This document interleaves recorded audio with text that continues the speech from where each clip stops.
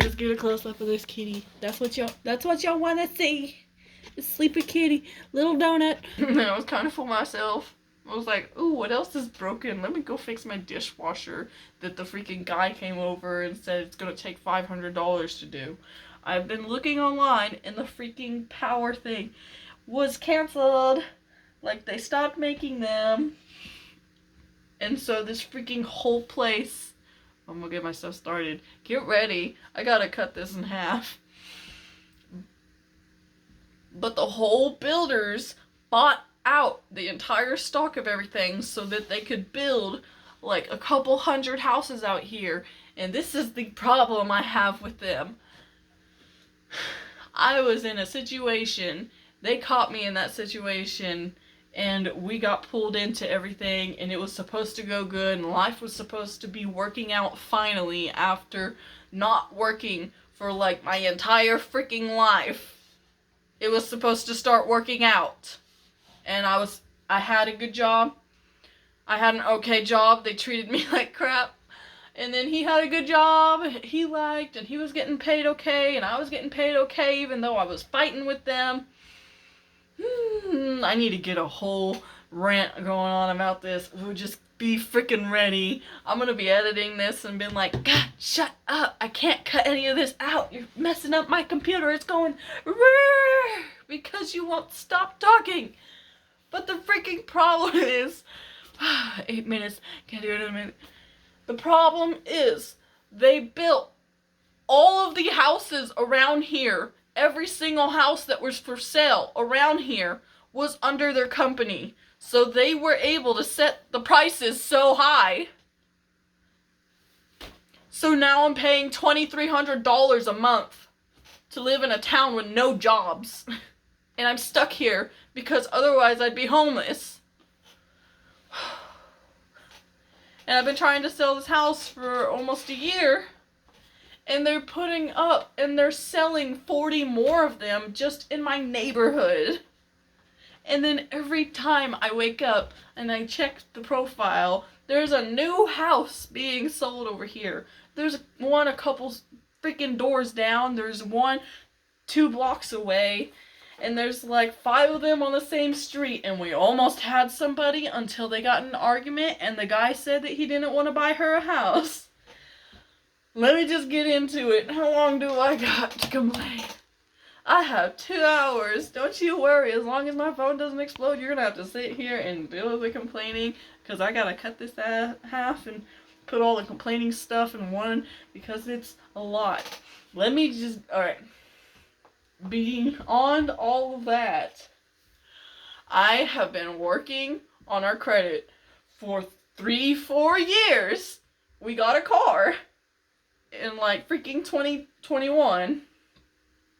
And we've been paying on it for a while. It's not a brand new car. It's an okay car. It's broken down on us a lot. And the stupid shut-off switch tracker that they have has left us stranded a lot. And it's a lot of bull. And it requires us to pay $250 of insurance no matter where we go. Because they want full coverage. And they want everything. They want a $500 deductible, and everywhere I go, it's an extra $10 here. I went over to Red and White Insurance, and they're like, yeah, we could get y'all in for $140. You just go ahead and sign this uninsured motorist form, and we'll get you in. Yeah, you go ahead and pay this month ahead of time, and then you gotta wait for your other insurance to let go of your money since you already gotta pay it. So now you gotta pay $600 for his insurance in 1 month just for us to transfer. Oh, gosh. But no, as soon as you sign up, we're gonna go and put in, hey, we can't really find your address. It's not really matching what your car is. Never mind that you moved after living in that same place for 3 years. You're just like, your address right now isn't matching the one that you have on your car because you bought it when you were in the apartment. So we're gonna go ahead and cancel it. And then I call her, and she's like, well, since you let your insurance lapse, we're going to have to just cancel you, and you're going to not have any, and we're going to have to add on all these fees. So now you're going to have to pay $235 for the same amount of coverage that you would have had if we would have got your freaking address right. And then I call the stupid car people, and they say, oh, don't worry about that. We got it. We already fixed it. It's just written down weird. You cost me $90. Keep your hands out of my pockets. I don't have anything. How much more do you need? I got none. What is wrong with you guys? Ooh, let me get a hold of something else. Let me complain about something else, because these company came around, and they're like, oh, somebody bought a house. We're going to go over there and talk to them a little bit. And so they pulled us into a deal and never told us that we were getting signed in on a contract. And then whenever we told them we weren't interested after a month, we're like, yeah, we don't think that we're going to go forward with that. They're like, well, that's too bad because you signed a contract. Really? When did I do that?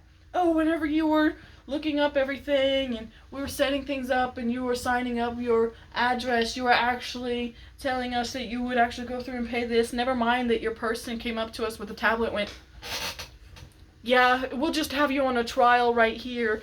And then you call us and we'll say, well, you can't prove it. Do you have a Ring camera showing that they did that? Woo! So they put a collections on us for like $900, and they're not getting no freaking money on me, and they freaking dropped my credit like 30 points, and it's so annoying because I will go through and pay everything on time, and I will sell everything that I have to pay everything on time, and then the one time I'm not able to handle things, it freaking hits me for over 135 points. So now we're stuck, because there's no way that we're going to be able to go through and get any help from nobody. Like, there's no bank's going to want us, because they're like, it looks like you missed something. What's going on? Never mind that we had to deal with over a year of freaking hospital shit, and I was the only one working while freaking pregnant, and then like 2 days after giving birth, working and going every single freaking day just so I can afford this house that just screws me. Every month I pay it, and I'm just so mad because it's ruining my life and I can't sell it, and I'm just pissed constantly because it's just, you set the prices where nobody can afford it, but then there's nowhere else to live.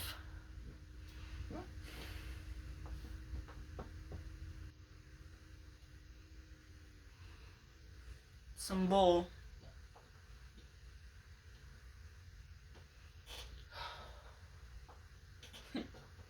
And then the entire time on my good job, my boss was stealing money out of my check. Because I thought it was fishy. I was like, well, why is it weird? I'm not even breaking 1,000, and this new employee is making over $1.50 more than me. And she has a higher position than I do just because you really wanted to get her on board. That's crazy. I'm way more certified than anything, but you know what? No.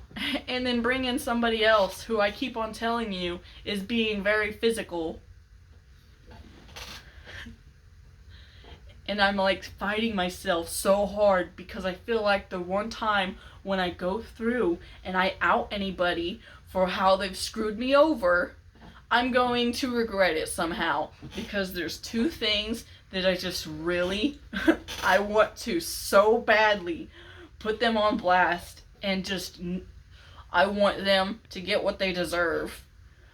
But I'm like, it's going to screw me over so hard if I do that somehow, because it's not going to work out. It's not, I'm just going to be able to blow off some steam, and then everything will be okay, and they'll just get karma and crap. Because you know what? I feel like I haven't really been, I don't know if, I'm not a great person. I'm not a bad person. I'm not an okay person. I'm just a person. And I'm, what am I supposed to do? Because, oh my God, I'm just trying to survive. I'm just trying to get out of here and do the jobs and freaking get everything dealt with. And the problem is, everything is just going against us. And it's just making everything harder. Because we were in the freaking apartment. We were making a little bit too much for us to stay there. So we only had a little bit of time to find a place. And then we got a hold of somebody. We got approved. We got to a closing date. And then they decided to pull back on us when we didn't have a place to live. And they said, well, that's just how it is sometimes. That's just how it works when you're buying stuff. That's the risk you gotta take. That's not the risk you have to take. When I signed something saying that we're closing, that you approved me, that this is the date that we're going down, and it's already passed, and then you tell me afterwards, hey, we're not going through with this. Yeah, we're just not doing it. It's not even that the freaking seller decided not to sell their house anymore. It's not that we didn't freaking... We were approved for everything. And they just pulled back on us. And we just didn't have any money to argue with them. So they put us out of a home. So then we had to come... I just happened to drive by here. And they were putting things up. They were like, well, it's 0 down. And we'll help you out and everything. And I'm like, okay. I have a 6-month-old. I got nowhere to go. I gotta see what I can do.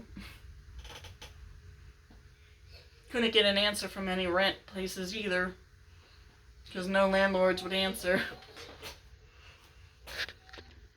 Got me ranting like how I would if I was talking to my sister. There's...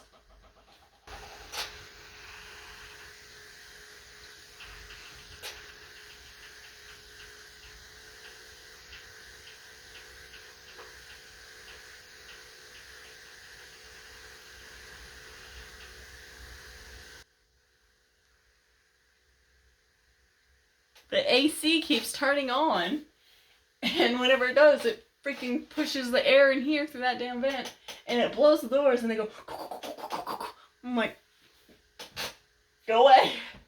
Freaking ghosts and crap. I'm so good at setting myself off. But I'm gonna complain here, because it doesn't even matter, because what if nobody's there? Hi, nobody. Hi.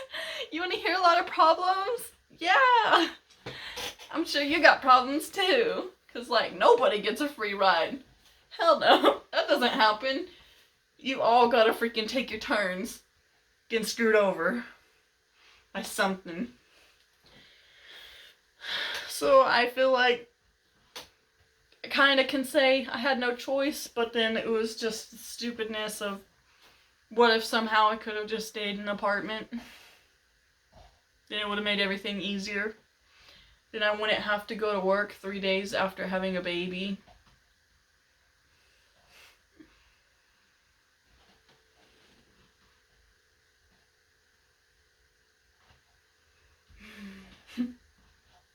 So the whole last year and then a half a year before that just sucked. It just completely freaking me over.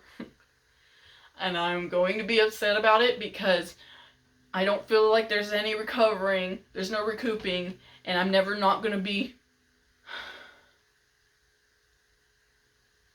I'm never going to not hold a grudge over stuff. Not towards somebody, but just towards things. One somebody, like 2 somebodies. Maybe like a handful of somebodies, but just like nobody who I give about.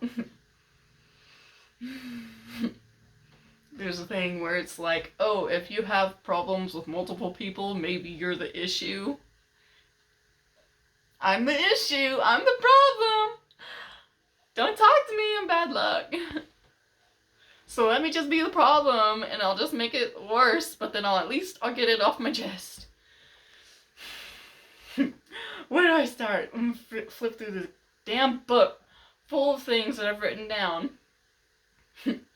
It's been so that much where I wrote everything down, And I've gotten over like 100-something docs where I'm just going on and on about how things go. And I'm so bad at words, I'm so bad at talking, and I go back on things, and just people don't understand. They can't. You're not hearing the words that are coming out of my mouth. It's not that no one's listening, it's that I suck at talking. Okay. We got in to the house, and things were okay, and I was like, maybe it's gonna work out, and things are gonna start picking up. I have this new job going on that I don't want to KMS. Every day I go in at 4 in the morning until like after 4 in the afternoon because people don't show up for their shifts, and you can't leave until somebody shows up to replace you. I need to go on a whole rant about that. I need to write that down. That's gonna be a lot. Okay. I got that new job. Same job as where my husband worked. I wasn't making a lot of money. I lost like $2 moving over. But at least they weren't throwing grills and crap all over the place. So I get started working there, and I'm like, oh, it's really easy. I never thought that I would work a job that I didn't want to die at. Like, every time I go in, I'm like, I don't think I could do this forever. And I was there. I was at my old job for freaking 4 or 5 years. Just every day, like, I can't do this anymore. And I'd be sending off applications everywhere, and no one answers. Nobody is hiring. Our sign says hiring constantly, but that's only in the case of if we needed somebody, just so that we would have people waiting with their applications in. That's what somebody actually told me. I'm not hiring. We just have the hiring sign up in case we need somebody, so that we have a bunch of people waiting.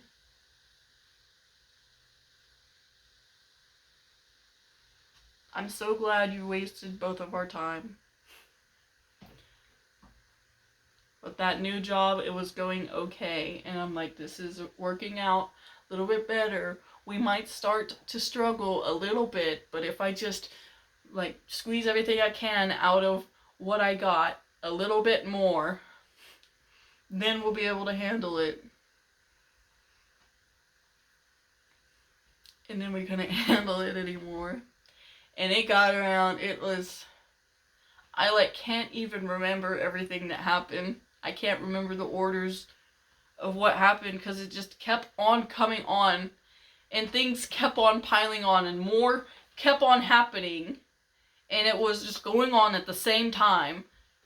And I feel like I'm lying to myself whenever I can't remember what happened. Because I was there.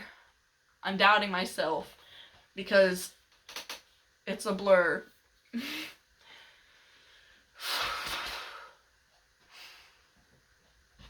And then also, before we got kicked out of the apartment, he lost his job and had to switch over. But that was after we got screwed over with that house.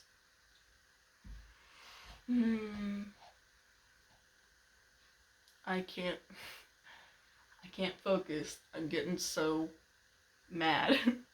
I'm gonna keep going on though. This is gonna be a painful 30 minutes to go through. Job was okay, pay cut, and then he gets in trouble for a customer coming in and having a cracked window or mirror and not writing it down because he switched jobs with somebody because he had a car and the other guy had that truck and he switched them.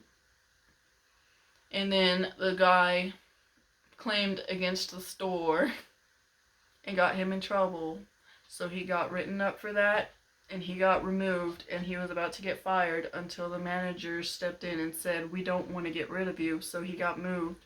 And he lost $2.50 there too. So already in a month, we went down like $5-6 of income. You go through 40 hours a week. We just do fast math. 40, 80, 160 times $6, 600, 900. That's at least $200. I'm gonna do some really bad math. Just saying that we're losing $6 every hour that we're working than what we were when we came into the house. So that happens, and then he's just working slower, and they're getting on to him because he can't keep up. And he's trying to tell them that it's really hard for him to handle. And his boss calls him a liar and says he's just making things up. And then it gets to a point we have to go in to the emergency room, and they just give him some painkillers and say that he probably pulled something.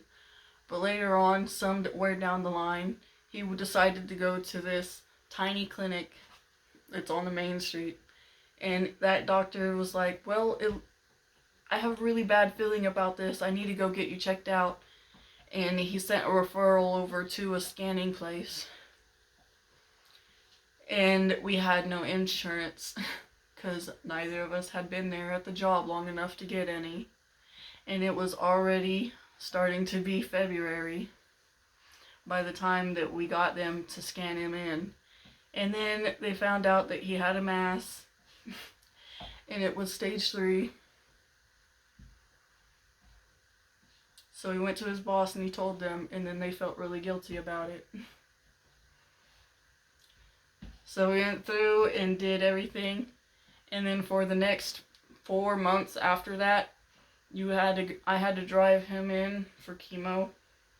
First off, I had to go in for removal and took him out of work, so he stopped working in January. And I was 4 months pregnant whenever we found out.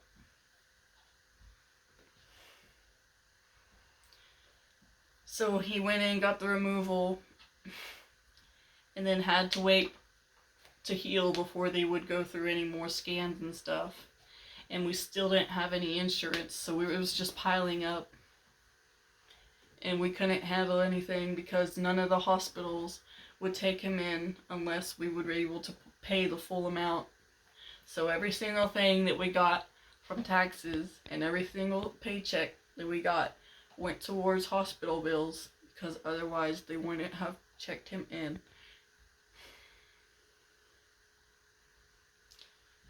And so we had garage sales to sell everything that we can. And we were only able to pay for a little bit. But we were already like $10,000 out in the first 2 months of everything. And then halfway through the 3rd month, we were finally able to get insurance on him, but still with a $350 copay per month. But they put it towards our tax credit. So that saved us a little bit. But up until mid-July, we had to go in a cycle of 3 weeks, where the first week we drove 70 miles every single day in 1 week, and then the next 2 Mondays, the same 70 miles, and then started over again all the way from the surgery to middle of July. And then his dad took him in because he was already doing really bad, and he started to get lung problems, and his heart was hurting all the time because he couldn't stop coughing.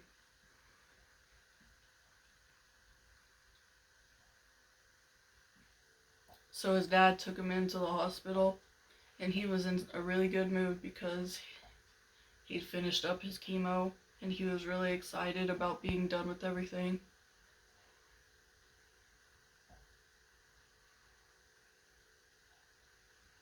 And he went in and the nurses checked him and he got scanned. And then the doctor came in and told him that there was nothing else they could do for him. And he didn't get upset until he got home because he didn't want to cry in front of his dad. But he told the nurse right before she said that he was really excited to be done with everything. We were already not being able to handle the house, so while everything was going on, we were trying to sell it. And we were looking at really cheaper houses to go into that I'd be able to handle on my own, but we still couldn't find anything. And when he came back, instead of doing that, he wanted to look at urns.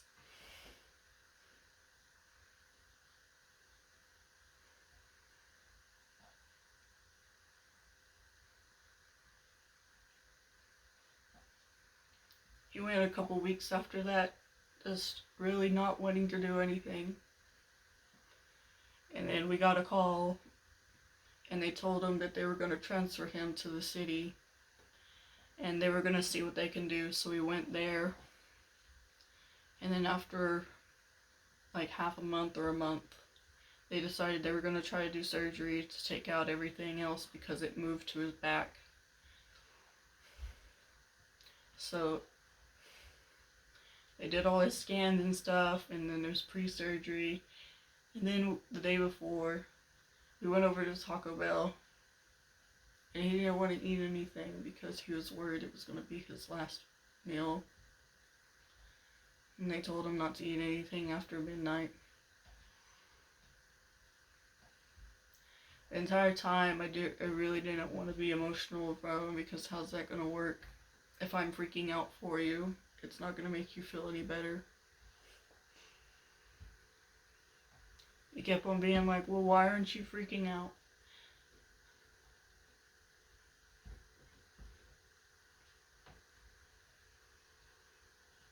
And then any of the painkillers that they gave him just made him really angry. He was just mad all the time. And every time I tried to talk, he'd just say, crying's not going to make anything feel better. So he went in for his surgery, and he had to get an epidural, and they had to push the needle all the way to get to him. And I had to hold on to him, and he screamed because he couldn't handle it, and they just kept holding him down. And then we had to wait like 10 hours for surgery. And they had to take his kidney. And then for the next couple of days, they were just waiting to see if he was going to have to be put on dialysis. And see if, because they were trying to check to see if his one kidney was going to recover. And then see if his heart was still okay. And then his lungs were messing up. And it had a whole lot of fluid on him because of having to lose one. He spent the entire time with water pills and just trying to get rid of all that water. We stayed in the hospital all of September last year. We got married 2 days before he had to have the surgery.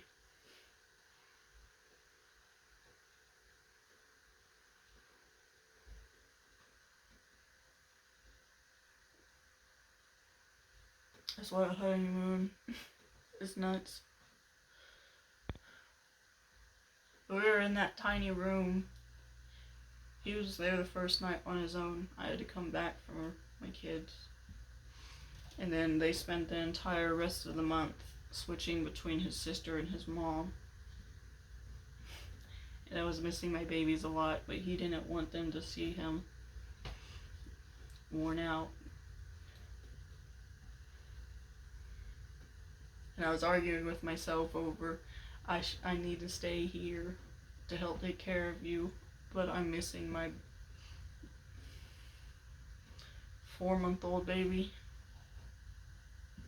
and somebody else is getting to raise them the entire time I spent working, trying to pay for all the hospital stuff. Somebody else was raising my babies.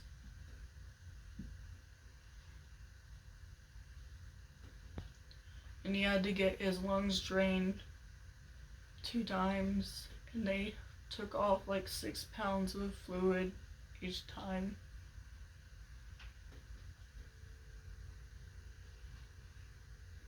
And most of them were really good, but just being there with people in the other rooms screaming and having people freak out a lot. I didn't want to freak out in front of him, but the entire time, all of the year, we were barely scraping by anything, and I was pulling everything that I could.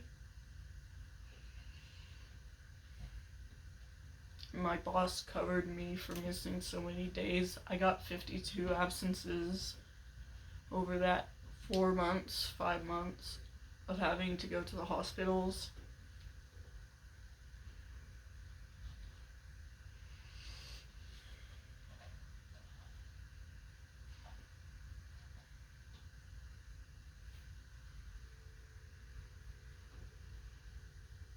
Entire time, I'm barely able to do anything because I'm like, I don't know how to handle it. And my kids might not have a dad. And he really deserved to have them. And I wouldn't know how to explain to them why he wasn't there.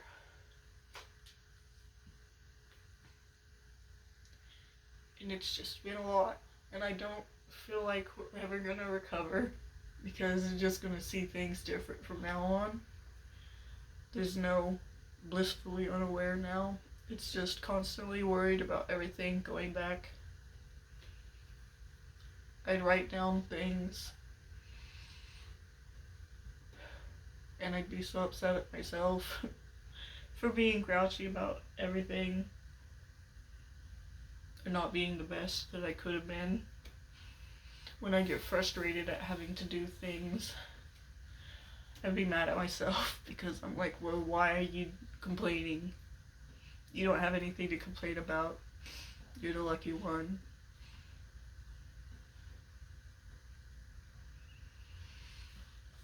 But every day, he was just asking them to just let him go. And they said that he couldn't every day. And it was only once a day that they would come check. And so he's just waiting every single morning for somebody to walk in for him to ask if he could go home. And then he got checked out eventually. And he got here, and then he started collecting fluid again. So we had to go back to the hospital for another couple weeks.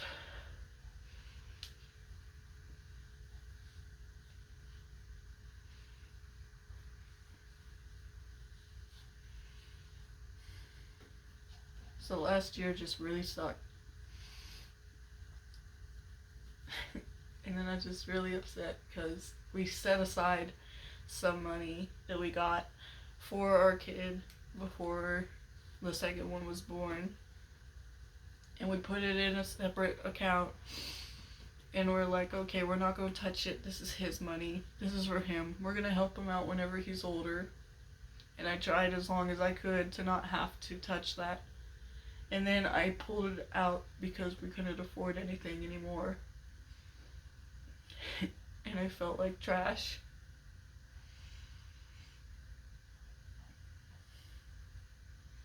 This house has been a huge burden. It's been way more than either of us could handle even together. But he got better. Like, it took a really long time. It's halfway through the year after that. But he still has to go in for checkups and everything.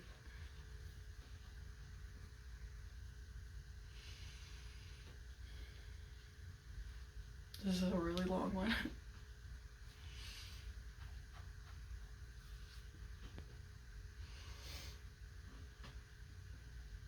But now I'm being selfish, and I point it out.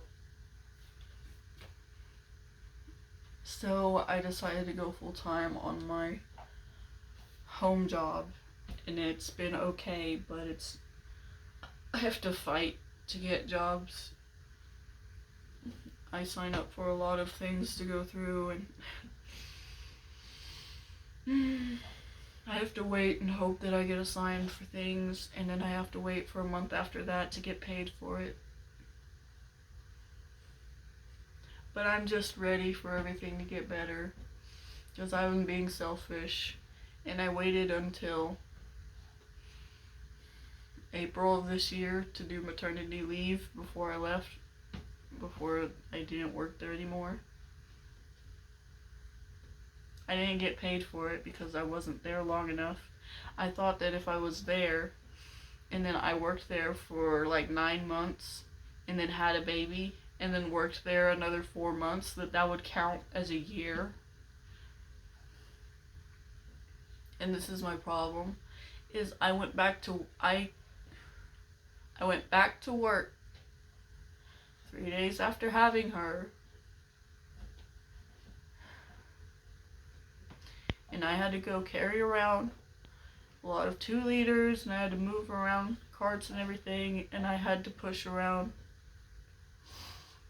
a whole bunch of items and stuff.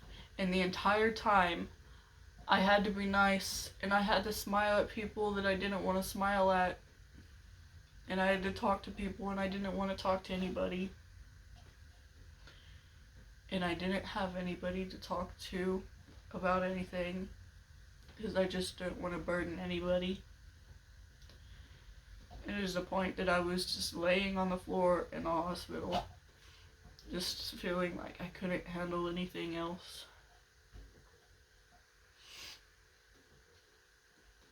And then I texted my sisters, but neither of them were able to reply. And I was just really ready to give up. It was like a lot of times the whole last year, I was like, I really don't think things could get any worse.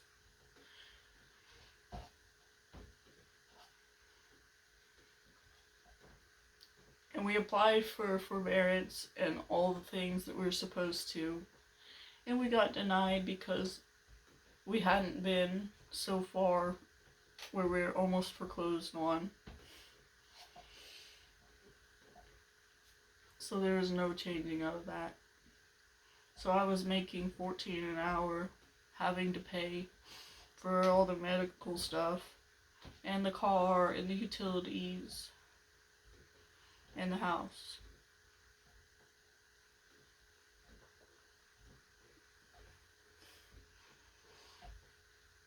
I'm just ready for everything to get better.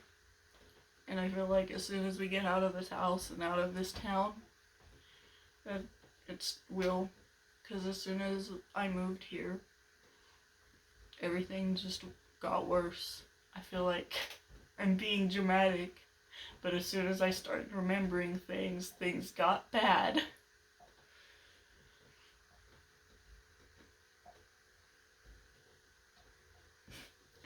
This is mostly what I should be talking to a therapist about, but you know what? I have no money. I can't spend $100 a month to talk to somebody. It's just constantly carried.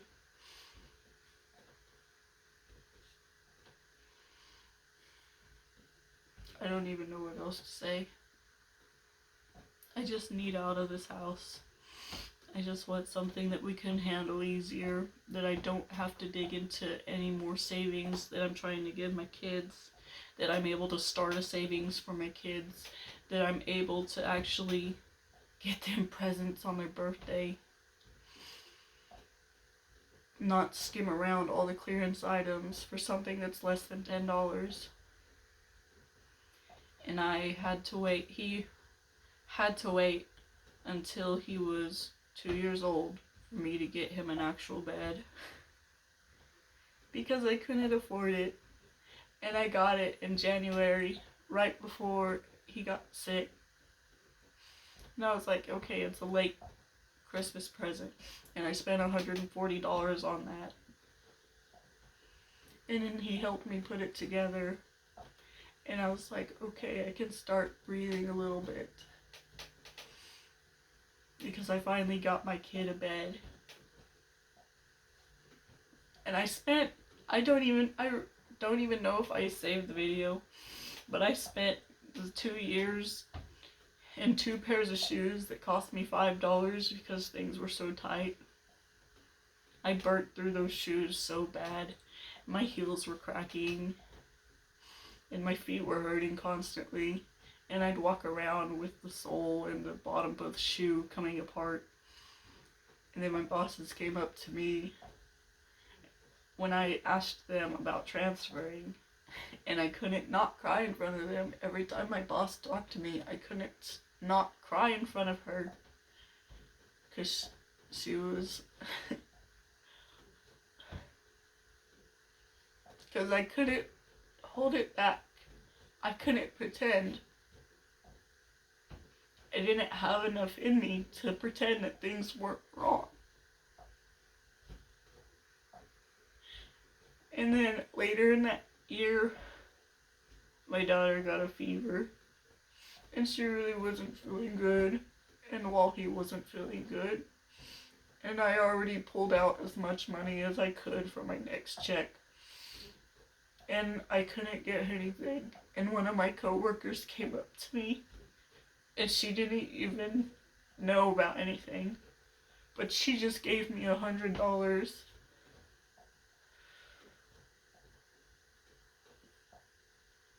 So I was able to get her some Bailey Tylenol.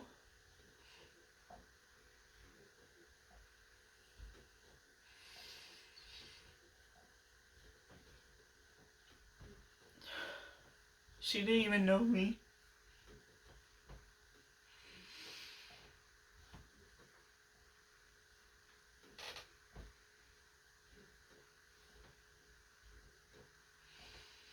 I'm just ready for things to get better.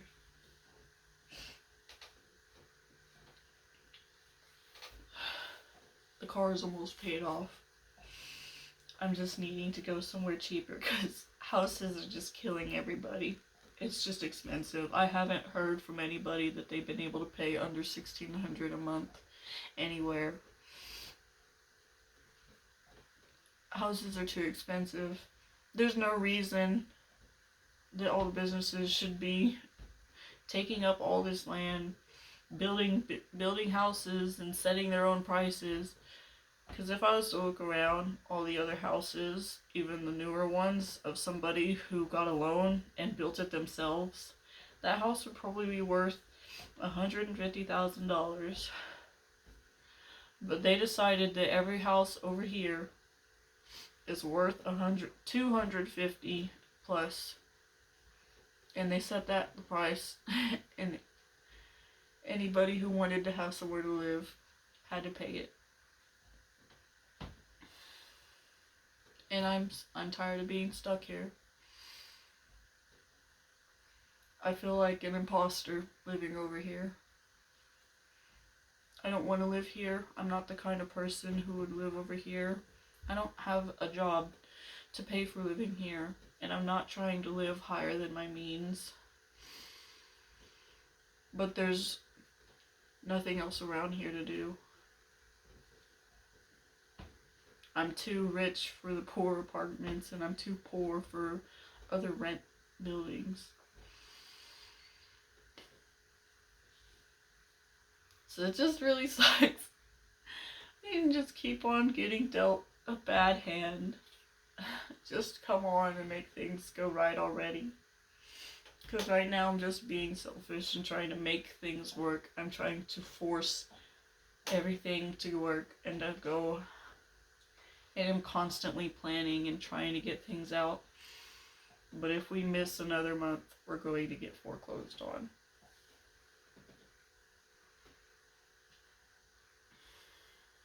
I just need to start getting paid for everything.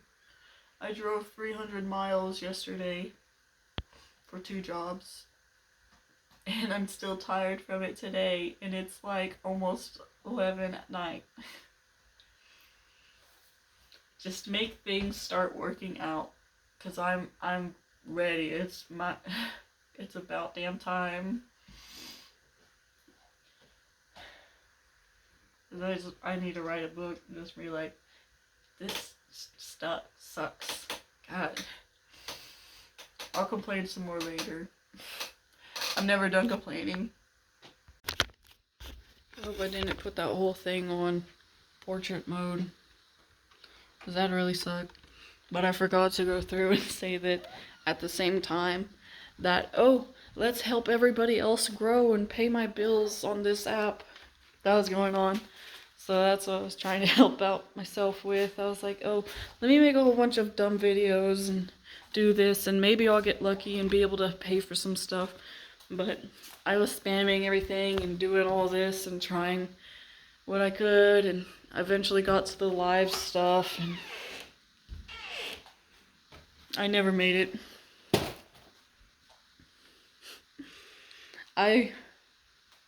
This is why, the whole reason why I decided to just go nuts and do stuff. It's my last choice. I have no other choice. Because like I want to make stuff and I want to enjoy being able to do it. And I want to be good at it and stuff, because I used to make little movies on freaking Movie Maker, whatever the app is on tablets. And I really wanted to do that. I'm like, oh wow, I could do that. So I hope it works out and that I get good at stuff. Yeah, that's it.